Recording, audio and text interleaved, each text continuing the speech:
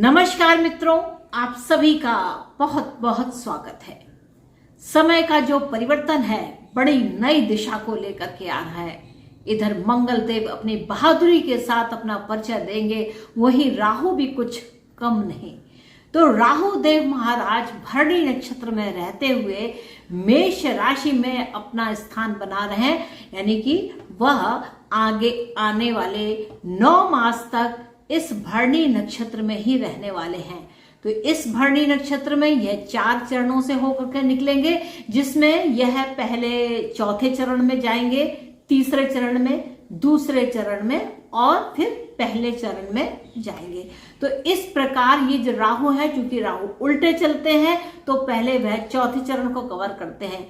जो ये चौथा चरण है यह काफी अष्टमांश में होने के कारण, यानी कि अष्टम अंश, यानी कि 8वें भाव से, रहस्यों से और बड़ी ही रिसर्च के भाव से, या आप कहें तो जीवन साथी के धन से संबंध रखते हैं। अगर नेचुरल जोडियाक को देखते हैं तो जीवन साथी का घर होता है, मृत्यु का स्थान होता है, या वह कुआं होता है या कूप होता है जहां पर राहु विराजित है। और इस कुएं में रह करके वह जो एक काम करने जा रहे हैं, यानी कि छिप करके जो वो काम करने जा रहे हैं, वह बहुत बड़े अदम्य साहस का यहाँ पर हमें अनुभव कराएंगे।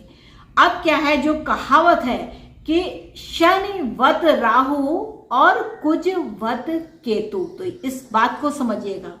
राहु अगर यहाँ पर मेष राशि में है तो वहीं केतु वहां उसके जस्ट अपोजिट में तुला राशि में है। अब तुला राशि में अगर हम ये दोहे को लेते हैं कि कुज वत केतु को अगर हम लेते हैं, शनि वत राहु को लेते हैं, तो कुछ का मतलब होता है मंगल, और वहीं पर राहु को कहते हैं शनि। तो शनि और मंगल एक दूसरे को देख रहे हैं। अगर राहु और केतु को देखते तो शनि और मंगल ये दोनों मिलकर के एक संघर्ष की स्थिति को बताते हैं। तो ये जो संघर्ष है यह मेष राशि और तुला राशि के बीच में बहुत ज्यादा दिखाई देता है, और 17 अगस्त तक यह एक बड़े ट्रांसफॉर्मेशन को देने वाला है, जिसके बारे में आपने सोचा भी नहीं होगा। ऐसा यहाँ पर ट्रांसफॉर्मेशन आ रहा है। अब क्या है कि राहु केतु जो दृष्टियों के माध्यम से जो जिन भावों पे, जिन राशियों पे अपनी दृष्टिपात करके उनको अपने अनुसार मोड़ने का प्रयास करेंगे, तो राहु देव महाराज 5वीं, 7वीं और 9वीं दृष्टि लेते हैं। तो यहाँ पर क्या है, ये चूंकि मंगल की राशि में है तो इसका प्रभाव, यानी कि मेष राशि में है, तो मंगल जहां जहां दृष्टिपात करेंगे, क्योंकि उसका कुछ पार्ट उन भावों में भी जाएगा। तो यहाँ पर अगर मेष राशि को देखते हैं, नेचुरल जोडियाक के मेष राशि को देखते हैं, तो यहाँ पर चौथा भाव प्रभावित होता है, 5वां भाव प्रभावित होता है, 7वां भाव प्रभावित होता है, 8वां भाव प्रभावित होता है और 9वां भाव प्रभावित होता है। जहां पर राहु और केतु 5वें भाव, यानी कि सिंह राशि पर प्रभाव डालते हैं और धनु राशि पर भी प्रभाव डालते हैं। ये इनकी 5वीं और 9वीं दृष्टि होती है। उन 5वीं और 9वीं दृष्टि के माध्यम से, क्योंकि मेष राशि में है तो 5वीं और 9वीं इनका सिंह राशि और धनु राशि बनते हैं। इसके बाद क्या है कि जो इनकी 7वीं दृष्टि है वह तुला राशि पे जाती है। तो जो एक तरीके से केंद्र होता है इस पूरे मैटर में, यानी कि 17 अगस्त तक के मध्य में जो मेष राशि है और तुला राशि है, यह बहुत बड़े प्रभाव में रहने वाली है। इसके अंदर ऐसे अभूतपूर्व परिवर्तन आएंगे जिसके बारे में आपने विचार नहीं किया होगा। और जैसे कहा गया है कि मंगल की जो अष्टम दृष्टि है वह वृश्चिक राशि पर जाती है। अब यहां समझिएगा, वृश्चिक राशि स्वयं की राशि है। वृश्चिक राशि हिडन रहती है, अपने आप प्रकट नहीं होती है, किसी को छेड़ती नहीं है और अपना जो काम करना है वह चुपचाप करती रहती है। लेकिन चूंकि अब मंगल ये अष्टम भाव में है, तो यहाँ पर क्या है, मंगल की जो दृष्टि अष्टम में पड़ रही है, तो यहाँ पर क्या है, कुछ हलचल आएगी। वृश्चिक राशि के अंदर भी यहाँ पर बड़े गहरे प्रभाव होंगे जो कि अभी तक आपने नहीं देखे थे, परंतु अब आपको यहाँ पर देखने को मिलेंगे। वह रहस्य से बाहर निकल के आएंगे, यानी कि जो चीज कुएं में, खंडक में, गहराई में छिपी हुई थी वह निकल करके बाहर आएंगी।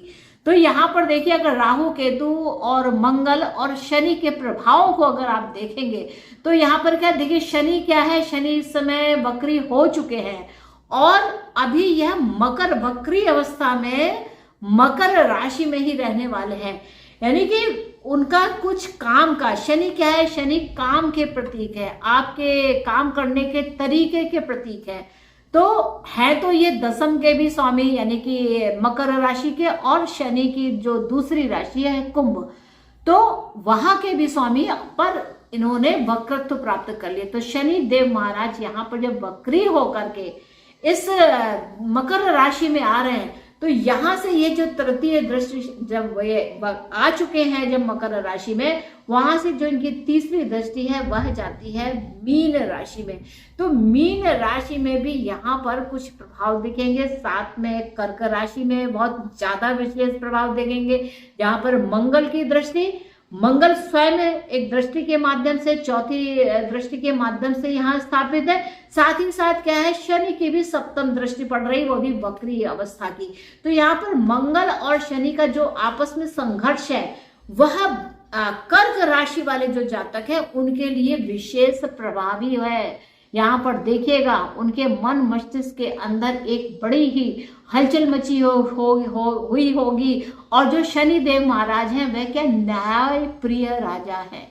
तो कर्म के देवता, न्याय के देवता, कर्क की राशि पर जहां मंगल स्वयं विराजित है, वहां पर दृष्टि के माध्यम से जो प्रभाव दिखाने जा रहे हैं, तो कर्क राशि को यहाँ पर वह विचलित कर देंगे, उनके अंदर एक संघर्ष की स्थिति को उत्पन्न करेंगे।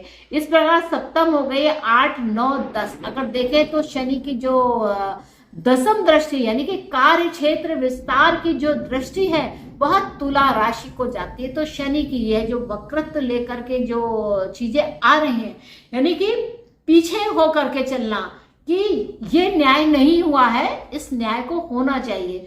तो शनि देव चूंकि न्यायप्रिय हैं, आपके कर्मों के अनुसार फल देने वाले हैं, तो यहाँ पर शनि देव आपको वक्री अवस्था में तुला राशि वालों को एक विशेष लाभ की स्थिति दे रहे हैं, यानी कि उनके कर्म का फल यहाँ पर मिलने वाला है। तो यहाँ पर देखिए ओवरऑल जो स्थिति बनती है, तो क्या है कि शनि विशेष महत्वपूर्ण है, मंगल विशेष महत्वपूर्ण है, राहु केतु जो बिल्कुल एक तरीके से एक सोल्जर की तरह आते हैं, संघर्ष की स्थिति को देते हैं और बाद में फल अनुरूप कर देते हैं। जो राहु केतु मिल करके ये काम करने जा रहे हैं, ये ट्रांसफॉर्मेशन देने जा रहे हैं, यह कई राशियों पर अगर देखा जाए तो मेष राशि पे इनका प्रभाव है, तुला राशि पे विशेष प्रभाव है, यहाँ पर कर्क राशि पर विशेष प्रभाव है, सिंह राशि पर भी इसका प्रभाव है। सिंह राशि से उनका जो लाभ है वह जाता हुआ यहाँ दिख रहा है। सिंह राशि को अगर देखिए, उसके अपोजिट में कुंभ राशि है, और कुंभ राशि ने, चूंकि कुंभ राशि से शनि ने वक्रत्व ले लिया, तो वक्रत्व लेने के कारण जो उनका लाभ है वह जाता रहा। तो सिंह राशि वालों को यहाँ पर थोड़ा सा नुकसान है, क्योंकि उनके कर्म के कारण, उनका प्रारब्ध उनसे यह कहता है कि यह चीज गलत हुई है। और उसके साथ साथ यहाँ पर जो स्थितियां हैं वृश्चिक राशि और धनु राशि, तो इस प्रकार यहाँ पर धनु राशि के अंदर भी आप यहाँ राहु केतु का प्रभाव देखेंगे दृष्टियों के माध्यम से। केतु क्या है, केतु गुरु की भी क्वालिटी दिखाता है। केतु हृदय से काम करता है, और मन चूंकि जो राहु है वो सिर्फ इतना एरिया है, लेकिन यहाँ से नीचे का जितना भी पार्ट है वह केतु होता है। तो केतु मनन करता है, चिंतन करता है, सोचता है और एक्शन क्या करे कि यह हुआ है तो उसमें वह क्या करे। तो केतु क्या करता है, कहता है तू भगवान की शरण में जा और फिर इसका प्रभाव दे, क्योंकि इस प्रकरण में 17 अगस्त तक बहुत ही ज्यादा यहाँ पर विभिन्न प्रकार के फल आने वाले हैं। ऐसे फल जो आपको आश्चर्यचकित कर देंगे। तो यहाँ पर आप ध्यान देना कि राशियां कौन कौन सी विशेष रूप से प्रभावित है। यहाँ पर मेष राशि, कर्क राशि, सिंह राशि, तुला राशि, वृश्चिक राशि और धनु राशि। तो इस प्रकार का यह प्रभाव है। और मकर राशि में भी यहाँ पर विभिन्न प्रकार के जो थॉट आपने कभी सोचे नहीं है वैसे यहाँ पर प्रभाव यहाँ देखने वाले हैं। तो कुल मिलाकर यहाँ पर अगर कहा जाए तो 1, 2, 3, 4, 5, 6 और 7, 12 में से 7 राशियां मंगल, राहु, केतु और शनि के प्रभाव में रह करके विशेष प्रकार के फलों को प्राप्त करने वाली हैं। यह किसी के लिए नुकसानदायक होगा तो किसी के लिए लाभदायक होगा। क्योंकि अगर किसी को लाभ होता है, क्योंकि शनि वक्री है, तो यह क्या करेंगे कि जो उचित है, जो न्याय है, क्योंकि शनि न्याय के देवता है, तो यह वक्री होकर के उस न्याय व्यवस्था को ठीक करने वाले हैं।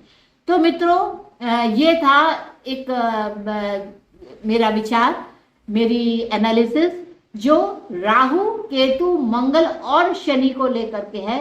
क्योंकि कुज वत केतु, शनि वत राहु की जो यह लाइन है वह यहाँ पर चरित्रार्थ होती हुई दिखाई देगी। तो मित्रों, मेरा आशा है कि आपको मेरा यह एपिसोड अच्छा लगा होगा। और आपने अगर अभी तक मेरे चैनल को सब्सक्राइब नहीं किया है तो कृपया मेरे चैनल को सब्सक्राइब कीजिए, इसे लाइक कीजिए और शेयर कीजिए। कमेंट के माध्यम से बताएं कि आपको ये एपिसोड कैसे लगे।